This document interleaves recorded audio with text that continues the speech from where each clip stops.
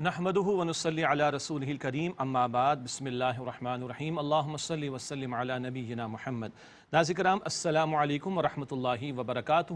اور ہماری نافرمان قوم کے درمیان جدائی ڈال دے۔ پیغمبر شفیق ہوتے ہیں امت کے لیے، مگر کبھی ایسا وقت بھی آتا ہے کہ وہ اللہ کے حضور التجا بھی کرتے ہیں کہ اللہ اب ہمارے ان کے درمیان جدائی ڈال دے۔ اللہ اکبر۔ قال اللہ نے فرمایا فَإِنَّهَا مُحَرَّمَةٌ عَلَيْهِمْ 40 سَنَةً کہ اللہ سبحانہ وتعالیٰ نے فرمایا کہ یہ سرزمین حرام کر دی گئی ان پر 40 برس تک۔ یتیہون فی الارض، وہ زمین میں بھٹکتے پھریں گے۔ فلا تأس علی القوم الفاسقین، بس آپ نافرمان قوم پر افسوس نہ کیجئے۔ جب یہ قوم نے پیغمبر کا ساتھ نہ دیا تو اللہ نے بطور سزا صحرا میں بھٹکتے پھرنے پر لگا دیا۔ 40 سال تک ان کا معاملہ رہا۔ 40 سال گزر گئے، پھر وہ واقعہ پیش آیا جناب طالوت کا۔ ایک نئی نسل پیدا ہو چکی تھی، وہ جوان ہو چکی تھی، ان کے اندر امنگیں تھیں۔ انہوں نے کہا تھا کہ کوئی بادشاہ مقرر کیجئے، اپنے نبی سے کہا تھا، سموئیل نبی سے۔ پھر جناب طالوت مقرر ہوئے اور جالوت کے لشکر کو شکست ہوئی۔ یاد آ گیا وہ واقعہ البقرہ میں ہم نے پڑھا۔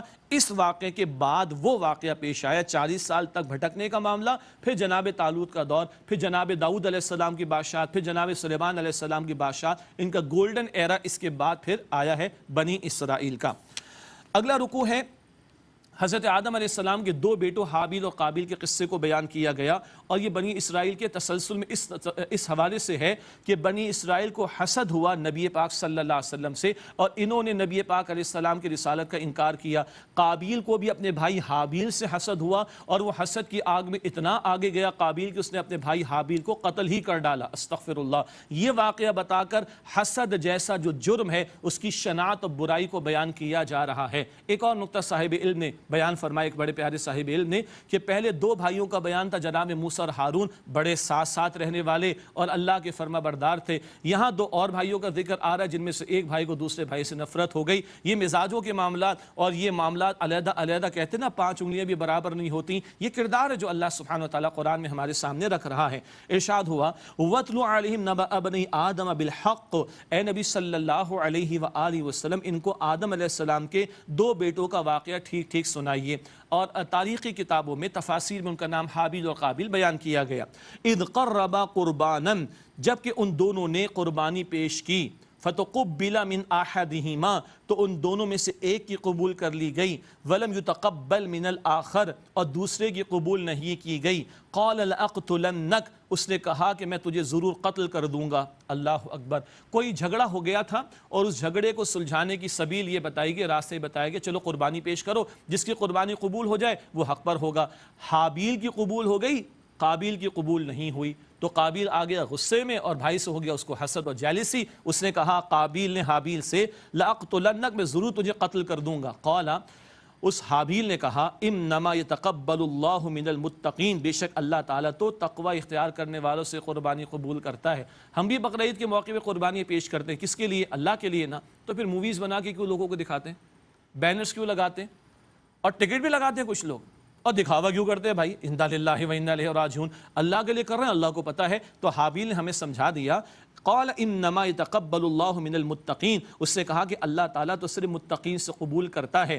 حابیل کا بڑا پیارا انداز، لئن بسطت الی یدک لتقتلنی ما انا بباسط یدی الیک لاقتلک، اگر تو میری طرف اپنا ہاتھ مجھے قتل کرنے کے لیے بڑھائے گا تو میں اپنا ہاتھ تیری طرف بڑھانے والا نہیں کہ میں تجھے قتل کر دوں۔ اللہ اکبر، کتنا پیارا بھائی۔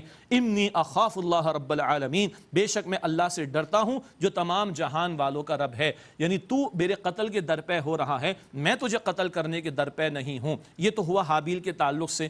ہمارے دین نے ہمیں تعلیم یہ عطا فرمائی کہ اپنا دفاع کرنے کی ہمیں اجازت ہے۔ کوئی ہماری جان مال گھر والوں پر حملہ کرنے کے درپے ہو جائے تو ہم حفاظت کر سکتے ہیں اور ری ایکٹ کر سکتے ہیں۔ اللہ کے رسول نے فرمایا صلی اللہ علیہ وسلم، ایسا ری ایکٹ کرنے میں کوئی قتل ہو جائے تو وہ شہید کا درجہ پائے گا انشاءاللہ تعالی۔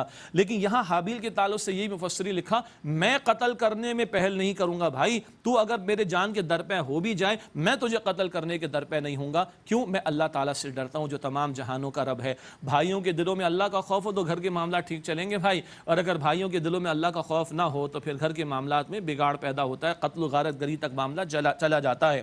انی ارید ان تبوء باسمی و اسمک، بے شک میں تو چاہتا ہوں کہ تو حاصل کر لے میرے گناہ اور اپنے گناہ کا۔ کیا مطلب؟ تو ذمہ دار ہو جا میرے گناہ کا بھی اور اپنے گناہ کا بھی، فتکون من اصحاب النار، پھر تو جہنم والوں میں سے ہو جائے، وذالک جزاء الظالمین، اور یہی ظالموں کی سزا ہے۔ اللہ اکبر۔ جو قاتل کسی مقتول کو قتل کرتا ہے تو مقتول کے گناہ قاتل کے کھاتے میں چلے جاتے ہیں، یہ کہہ رہا ہے حابیل۔ اور اللہ کے پیارے نبی علیہ السلام نے ایک اور بات بیان فرمائی، قیامت تک جتنے ناحق قتل ہوں گے ان کا ایک حصہ قابیل کے حصے میں بھی جائے گا، جس نے پہلا ناحق قتل تاریخ انسانی کا کیا تھا۔ صدقہ جاریہ تو سب کو پتہ ہے نا بھائی، اللہ ہم سب کو توفیق عطا فرمائے۔ ایک گناہ جاریہ بھی ہوتا ہے، گندا برا عمل شروع کیا، جب تک لوگ عمل کریں گے شروع کرنے والے کے کھاتے میں بھی جائے گا۔ قابیل کے بارے میں حضور نے بتایا صلی اللہ علیہ وسلم، وَذَلِكَ جَزَاءُ الظَّالِمِينَ، اور ظالموں کی یہی سزا ہے۔ فَطَوَّعَتْ لَهُ نَفْسُهُ قَتْلَ أَخِيهِ، پھر اس کے نفس نے اسے اپنے بھائی کے قتل پر آمادہ کر ہی ڈالا، فَقَتَلَهُ، پھر اس نے اپنے بھائی کو قتل کر دیا، فَأَصْبَحَ مِنَ الْخَاسِرِينَ، پھر وہ خسارہ اٹھانے والوں میں سے ہو گیا۔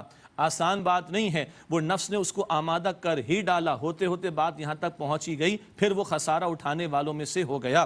فَبَعَثَ اللَّهُ غُرَابًا، پھر اللہ تعالیٰ نے ایک کوا بھیجا، يَبْحَثُ فِي الْأَرْضِ، وہ زمین کو کوریدتا تھا، لِيُرِيَهُ كَيْفَ يُوَارِي سَوْءَةَ أَخِيهِ، تاکہ وہ اسے دکھائے کہ وہ اپنے بھائی کی لاش کیسے چھپائے۔ کوے کا ذکر آ گیا، اللہ اکبر۔ اللہ کے عظیم کلام میں اللہ کبھی چیونٹی، کبھی مچھر، کبھی مکڑی، کبھی شہد کی مکھی اور کبھی کوے کا بھی ذکر کرتا ہے، بڑی حکمت ہوتی ہے۔ کیا دکھا رہا ہے کہ یہ اپنے بھائی کی لاش کو کیسے چھپائے۔ قال، اس نے کہا قابیل نے، یا ویلتا اعجزت ان اکون مثل هذا الغراب، اے ہے افسوس مجھ سے اتنا نہ ہو سکا، میں اس کوے جیسا ہی ہو جاتا۔ فواری سوءۃ اخی، کہ اپنی بھائی کی لاش کو کیسے چھپاؤں۔ فاصبح من النادمین، پس وہ نادم ہو جانے والوں میں سے ہو گیا۔ کوے نے آ کے ایک دوسرے کوا جو کہ مر چکا ہوگا زمین کو کرید کر اس کے اندر ڈال کر اس کو دکھایا، تو اس کو بیچارے کو پتا چلا کہ لاش کو دفن کیسے کرنا۔ ایک تو یہ بات ہے، باقی آپ نے کبھی دیکھا ہے ایک کوا کبھی مر جاتا ہے نا ہمارے محلوں میں، تو سارے کوے آ کر چلانا شروع ہو جاتے ہیں۔ ایک کوے کے مردے پر کوے چلاتے ہیں، یہ تو ایک انسان کو تو نے قتل کر دیا، کتنا بڑا تو نے جرم کیا ہے۔ اس پر کوے کا احتجاج تو بہت چھوٹی بات ہے، کوا کے انسان کو سمجھا رہا ہے کہ ایسے اپنے بھائی کی لاش کو دفن کر۔ تو اس کی کم علمی کا بھی ذکر ہو گیا اور کوے کا ذکر کر کے ہمیں سمجھا دیا گیا یہ تو پرندے ہیں، کسی کو ناحق تم مارو تو یہ بھی احتجاج کرتے ہیں، تم اشرف المخلوقات ہو کر قتل و غارت گری کرتے ہو، تمہیں شرم آنی چاہیے۔ اللہ پرندوں کے ذریعے ہمیں سکھا رہا ہے۔ اللہ اکبر۔